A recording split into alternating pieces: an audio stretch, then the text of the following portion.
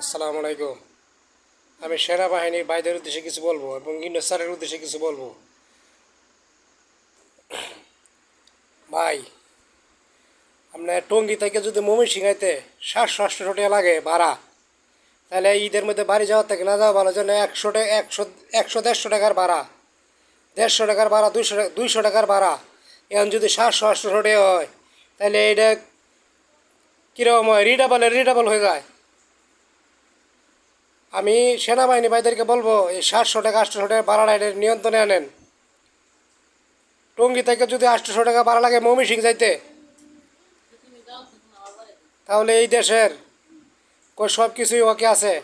এই দেশে আমি তো মনে করি কোনো কিছু নেই, সব কিছুই রিডাবল হয়ে যাইতেছে। দুর্নীতি কারে কয়? আপনার আরও দুর্নীতি বেশি দেখাইতেছেন।